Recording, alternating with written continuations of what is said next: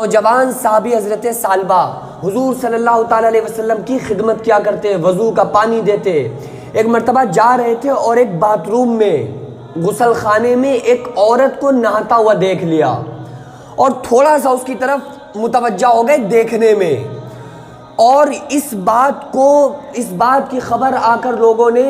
رسول اللہ صلی اللہ علیہ وسلم کو دے دی کہ سالبہ نے ایک نہاتی ہوئی عورت کو دیکھا ہے۔ اور جیسے ہی حضرت سالبہ کو پتہ چلا نا کہ یہ ہماری شکایت ہمارے نبی صلی اللہ علیہ وسلم کو بتائی گئی، حضرت سالبہ اتنا روئے کہ وہ بے ہوش ہو گئے روتے روتے، اور یہ کہنا شروع کر دیا کہ سالبہ منافق ہو گیا، سالبہ سے اتنی بڑی خطا ہو گئی، سالبہ سے اتنی بڑی غلطی ہو گئی، اب سالبہ کا کیا ہوگا؟ اب تو رسول اللہ پر سالبہ کے خلاف قرآن بھی نازل ہو چکا ہوگا، اب قرآن نے فیصلہ بھی کر دیا ہوگا کہ سالبہ منافق ہو گیا۔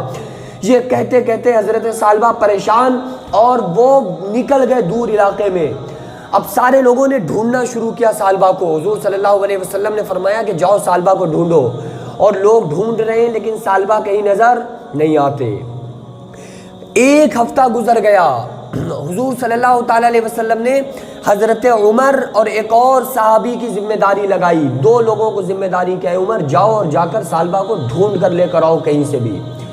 اب یہ دونوں حضرات ڈھونڈتے ایک عرصہ گزر گیا، 40 دن سے زائد گزر جاتے ہیں، لیکن سالبہ کہیں نظر نہیں آ رہے۔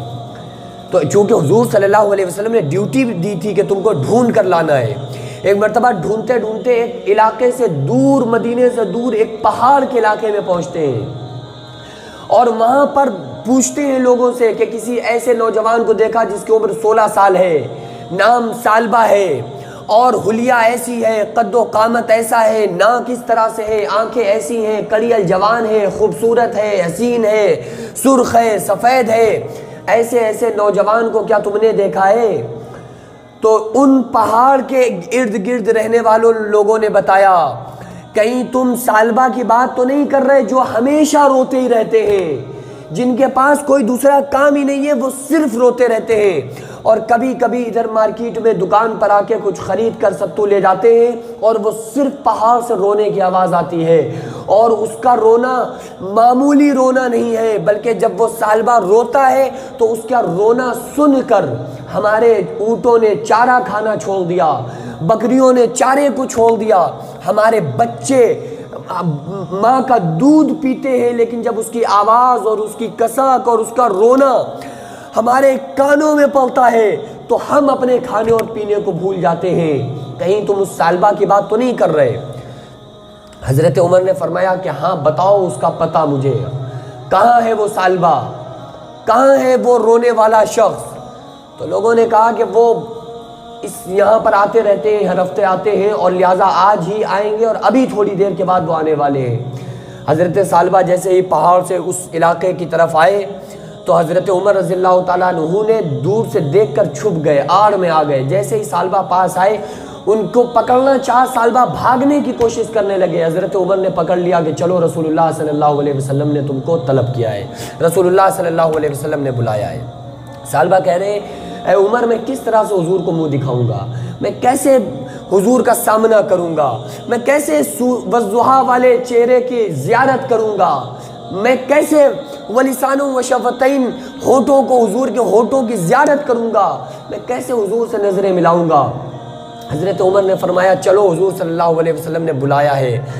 حضرت سالبہ کو لایا گیا، اور جیسے ہی وہ حجرے کے اندر تشریف لائے،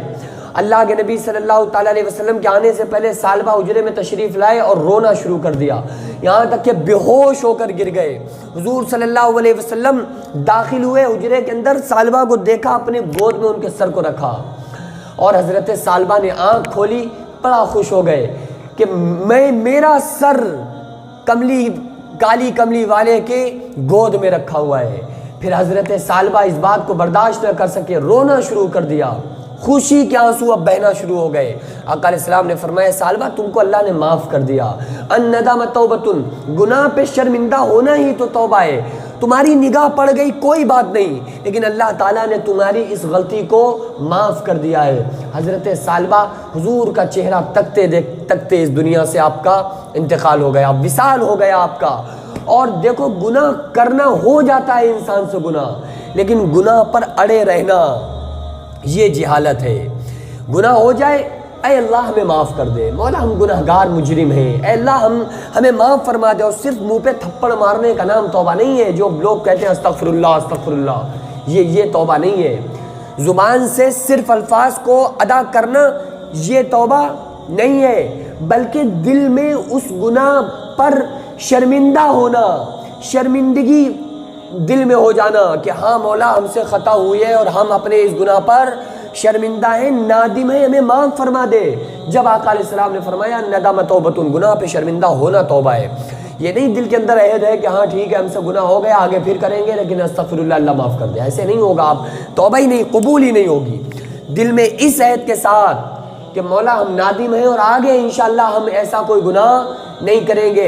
گرچہ بعد میں وہ گناہ ہو جائے، بعد میں بار بار گناہ ہوتا رہے، لیکن ہر بار توبہ جو ہوگی وہ ندامت کے ساتھ اور اس عہد کے ساتھ کہ اب ہم سے ایسا کبھی گناہ سرزد نہیں ہوگا، جب ہماری توبہ قابل قبول ہوگی۔